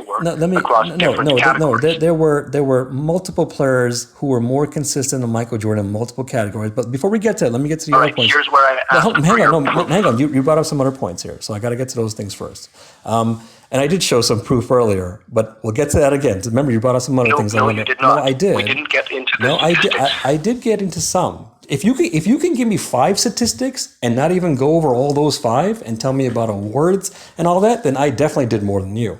But before we get into that, let's go over to the other things you brought up earlier. I brought up the awards in order to ask which statistics I should bring up. And you also said awards are not reliable. But again, can I get to the other points you brought up? So what is a contradiction? Yes, I was asking you about which statistics. Okay, I'm going to guess. I'm guessing you don't need me to go over those other things, so I'm going to skip over them. You want to go to awards? That's fine. No, please. No. I tried. So awards. So if you say awards are not reliable, and then you go by awards. I'm sorry, universe. That's a contradiction. Disingenuous here. No, I'm not. You are. Please go over the numbers, and you say, no, that's fine. I tried to.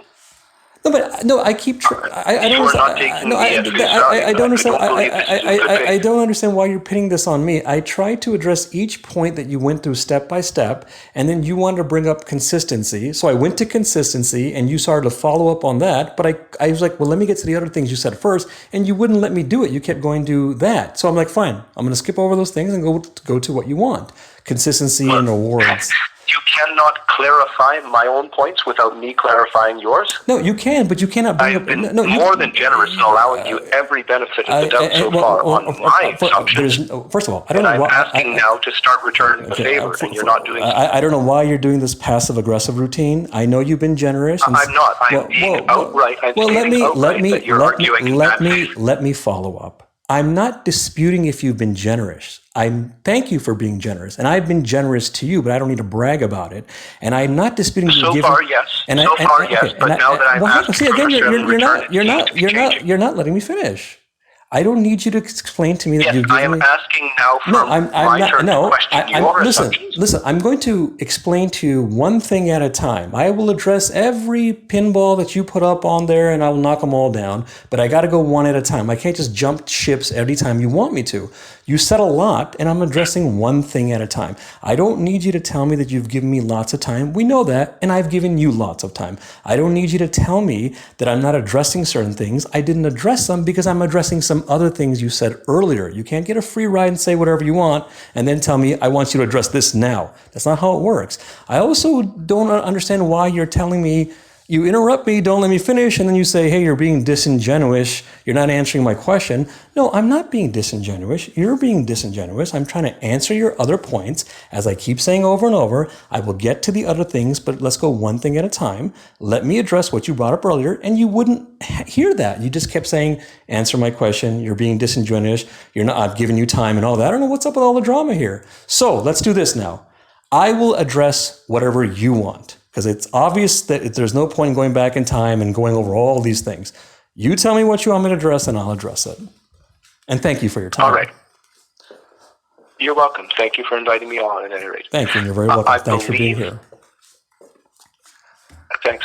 I believe that at this point we are starting to argue in circles. Right. And it is happening because I am asking for proof. That's not why it's happening. And you believe that you have provided it. Yes, I have. And you haven't provided any proof. I have not heard any proof yet. Okay, let's try this again. I said to you earlier about players who bring more to the table. Before I continue, do you remember that? Yes. Okay, so far we're so good. I said to you, players get points, rebounds, steals, blocks, assists, field goal percentage, free throw percentage, 3-point percentage, minutes played, game played, leadership, team play, impact, and so on. Do you remember all that? I do remember you saying that, okay. Yes. Do you remember me listing some players? I'm not going to list the players, sorry. Do you remember me listing some players who are better than Michael Jordan? I did remember you listing many players, and before actually taking you up on discussion on whether those players constituted the proof in the categories that you had stated, we got into other topics. Okay, fine. But you have not yet provided proof that those players lead over Michael Jordan in all of those statistical categories. And we didn't get into the details of it because we went over other things. Correct. But I hope you acknowledge on these three things alone, which you're not going to acknowledge, I can see. On these three things alone, if you have studied your NBA history and you know the history of the game, you should be able to figure out 2 + 2 is 4 based on what I've told you. And if you say it's not good enough, okay, I'm down with that. Maybe it's not good enough. But at least acknowledge it's more than what you did because you haven't shown me anything. All you've told me so far is 5 major statistics and then awards and Michael Jordan's peak years, and it's a possibility he has the case to be the #1 NBA player of all time. This is nothing. These are meaningless things. Would you like me to offer proof? Please. I have none, as I have stated repeatedly. Oh. Now, you say you can offer proof. Sure. Okay. So to make progress in the discussion, sure, I turn to you. Okay, thank you. And this is where I say you're being disingenuous. Well, I'm going to do it. I'm going to do it. You don't have to do the whole disingenuous routine again. Let's not do all that stuff. You're being disingenuous. I'm not. But anyway, you turn to me for proof. I'm going to give it to you straight up here. Let's start with a guy. Should I give you Kareem Abdul-Jabbar? Please. Okay. Yes. Kareem Abdul-Jabbar played more years than Michael Jordan. Kareem Abdul-Jabbar played more minutes than Michael Jordan. Whoa. Okay, what is it? Sorry. We're going to talk about each of these statistics. And we're going to discuss whether they indicate a player's greatness based off of one or the other. Well, if we're talking about who are the greatest basketball players of all time, I would assume we're going to go by basketball things. Did you want to go over baseball? So, yes, that's not the question that I'm asking. I'm asking, do you believe that the number of years that Kareem Abdul-Jabbar played makes him a better player than Michael Jordan? No. All right, thank you. I appreciate Well, you're that. right, but I never said to you, Kareem playing more years makes him a better player. I was giving you But a I'm number. asking for proof Well, hang that on, hang Kareem on, hang on. You got, Abdul-Jabbar you was got. a Let me better finish. player. Hang on.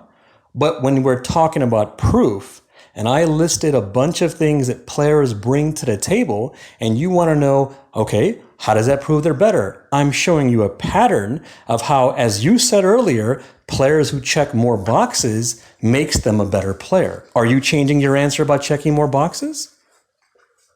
No, but I do not believe that the number of years that someone plays is equivalent to them being better players. You can believe whatever you want, but stamina and durability and dependability and playing more minutes is a basic foundation of being better than someone. In other words, if you had two players with the exact same statistics and the exact same height and the exact same weight and everything was exactly the same, but the one difference is a guy plays more minutes, he would be the better player because he brings more to the table. This is a basic concept of Certainly, every... but we are not saying that Kareem Abdul-Jabbar and Michael Jordan have the same height and have the same numbers and have the same number of statistics. Right, we're not. What we are saying, you're right, we're not saying that. You're not understanding the logic here.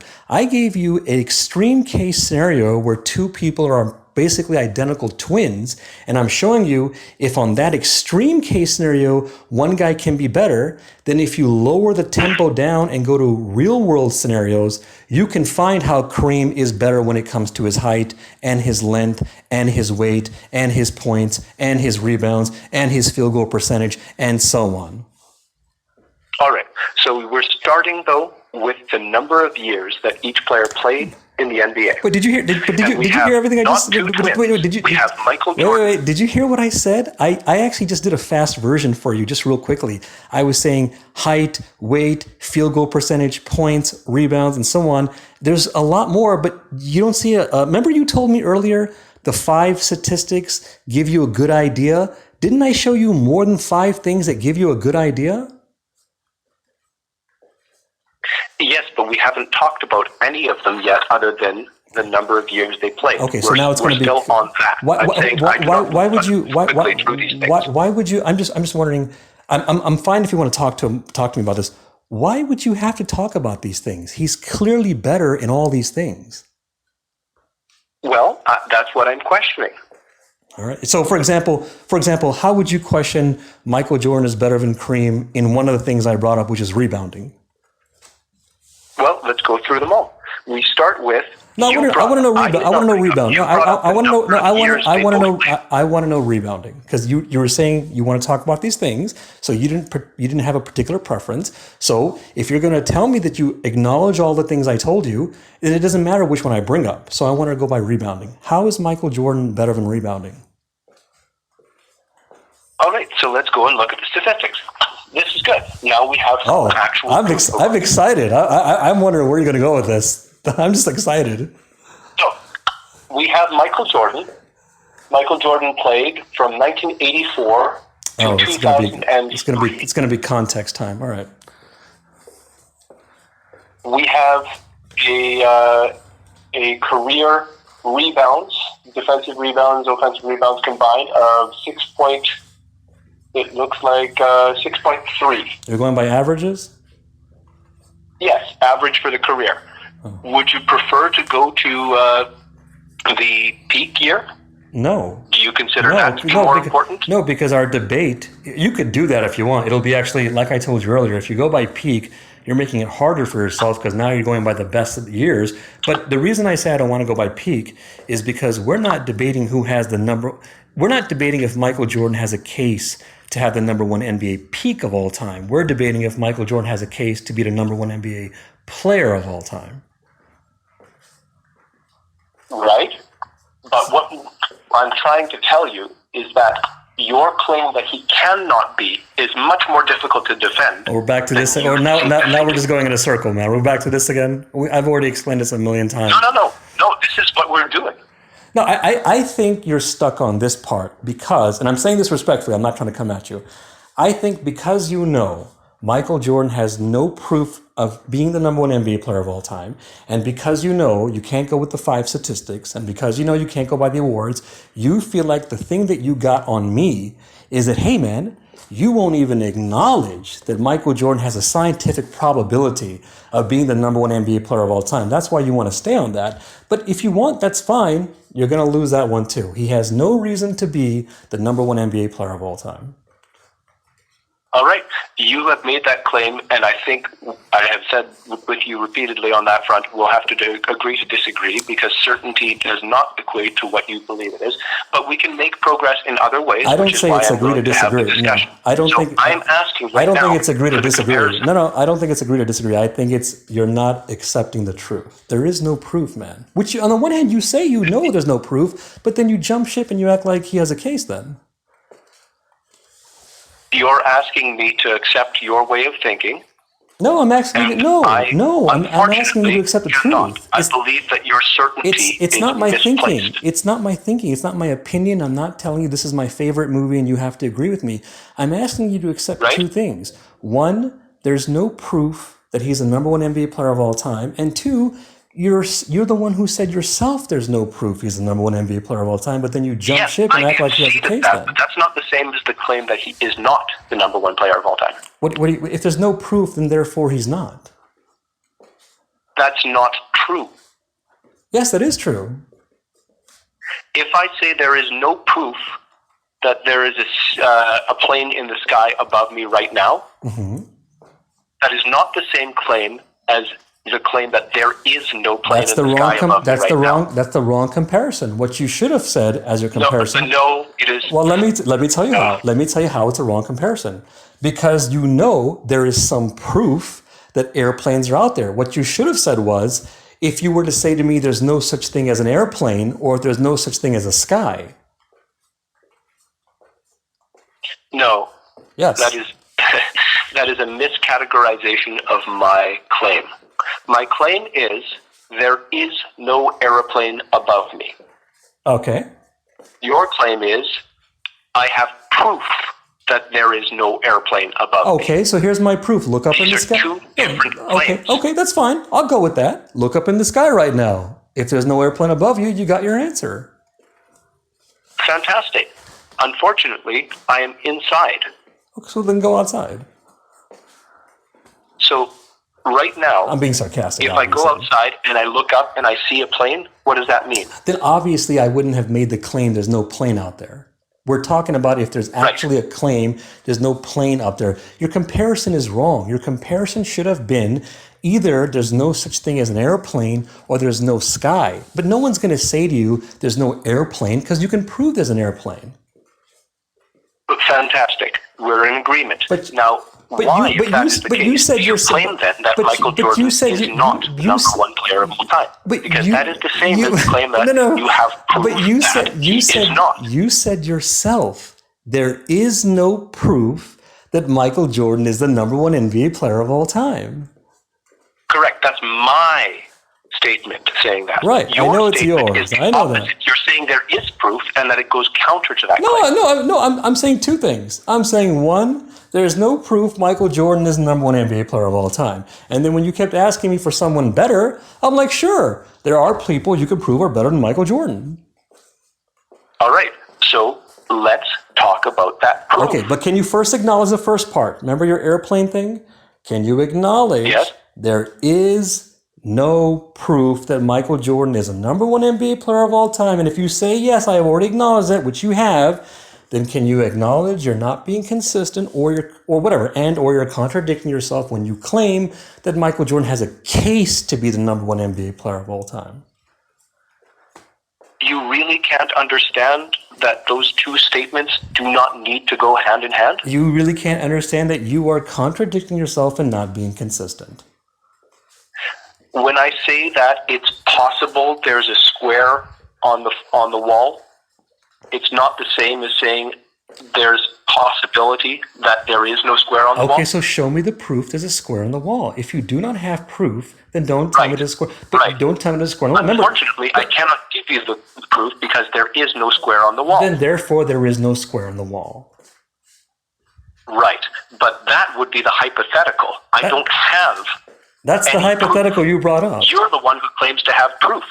That's the one you brought up. You're telling me the square routine. It's the same thing. You're telling me there's no proof for Michael Jordan being the number one NBA player of all time, and then you jump ship and go, hey, but he has a case to be the number one NBA player of all time. And Universe, you understand that those two claims are not synonymous. It's literally it's two different topics on both sides. It's one is correct. There's no proof, but I'm going to show you why he has. Here's a proof that he has a case for the same topic. They don't go together. They don't gel. I have no proof. I have an opinion. It's not an opinion. We've been through this. It's not an opinion. That your opinion is backed up by proof. No, it's not. It's not an opinion. I never told you it was an opinion. I never told you it's my opinion. It's a claim. You're making a claim. All right. I'll concede that if you want. Your claim, you say, is backed up by proof. Of which part? Which part? And a claim to an opinion which is not backed up by proof. I'm confused here. You have a claim to an opinion which is backed up by proof. I am asking you to provide the proof. You're wiggling out of this and going on technicalities, and the technicalities are not even legit anyway. It's very simple, man. You say there's no proof, I'm with you. You tell me you have proof that he has a case for being the number one guy, I'm not with you. And whether I'm with you or not doesn't matter because they don't go together. I do not have that proof. I've never had that proof. So why make the case that he's possibly the number one NBA player of all time? I think it's defensible, and to laugh at anyone who does do so is, I would say, biased at the very least. Biased? If I don't pick him, I'm biased? Perhaps you should look up the word bias. No. You're saying it's possible. You're saying it's possible. Careful. You're saying it's possible it's bias. I understand. To say that it is impossible. There's more of a chance of you being biased than me. When you tell me he has a case of being the number one NBA player of all time, there's more reason to think that you're biased than I am. There is an equal possibility that we are biased. I'm not biased because think about this logically. I don't pick him as the number one guy. I don't pick anyone as the number one guy. I don't claim anyone has a case to be the number one guy. And I definitely claim Michael Jordan has no case to being the number one guy. There's no bias. Now, you claim lots of players could be the number one guy. It could be 20 Can you repeat that last? Now you claim lots of players could be the number one guy. No, before that, you said you claim that Michael Jordan has no case to be the number one player of all time. Yes? So there's no bias, but on your side, hang on. Now look at your side. You claim there's lots of players, or whatever word you want to use, a few players, some players, a good amount of players who could be the number one guy. You claim it could be 20 or so. You claim Michael Jordan could be the guy, and so on. So if anyone has more of a case of being biased, it's you. Except for the fact that I haven't excluded other possibilities, but you are excluding mine. I exclude all possibilities, including yours. So you are saying there is no best player of all time. I think I've said that. Yes, I've said that, and you already know that. This is not. It shouldn't be a surprise to you. You think that it is impossible for anyone to take any position which holds up anyone at all as the best player of all time? Yes, and you agreed. I agreed that it is impossible to prove that. I do not think that it is true. They don't go together. I think that in the abstract, no, it is totally consistent. It is the difference between being able to prove something and holding something as an opinion. I'll tell you why you think this. There is no proof for the best player of all time. It does not exist. I'll tell you why you think this. We'll go back to the aliens. There's no proof aliens exist, but it's possible they do. The problem is that's not the same thing as the Michael Jordan topic, because with aliens, you have a mathematical probability, there's logic to it, we have unknown parts of space we haven't explored, and so on. So all that leads the possibility that there's aliens. With the NBA, there's no mathematical probability, there's no unknown territory, there's no logic, nothing. You're mixing in things where we can't prove something, and you go, well, it's possible, with things where we can't prove something and it's not possible. And yet you're claiming that we have enough certainty about what happens in the NBA to say that someone who believes Michael Jordan is the best player of all time is wrong, just incorrect. At best, they are uneducated on the NBA. At worst, they're an idiot. All right. I think, yes, we do have to part ways at that front. Right. Because even though I believe that there is no proof possible to make either claim, the claim that he is the best or he is not the best, someone holding that opinion is not foolish because there is such a substantial gray area in the discussion. Well, if there is, I'd like to have evidence, and there is none. And in fact, according to you, there is no proof. But then, of course, according to you, Michael Jordan has a case to be the number one NBA player of all time. I would like to mention in closing that the discussion never actually occurred. Oh, it did. We were just about to start talking about statistics and how they are difficult to come to in terms of who was better one than another. If we look at Kareem Abdul-Jabbar versus Michael Jordan on all of the numbers which we can reliably account for, it is difficult to say who is better in terms of how they impacted their teams and for wins, losses, leadership, any type of thing. Now, I cannot go any further than that because I fear that it would come back into the same circular discussion.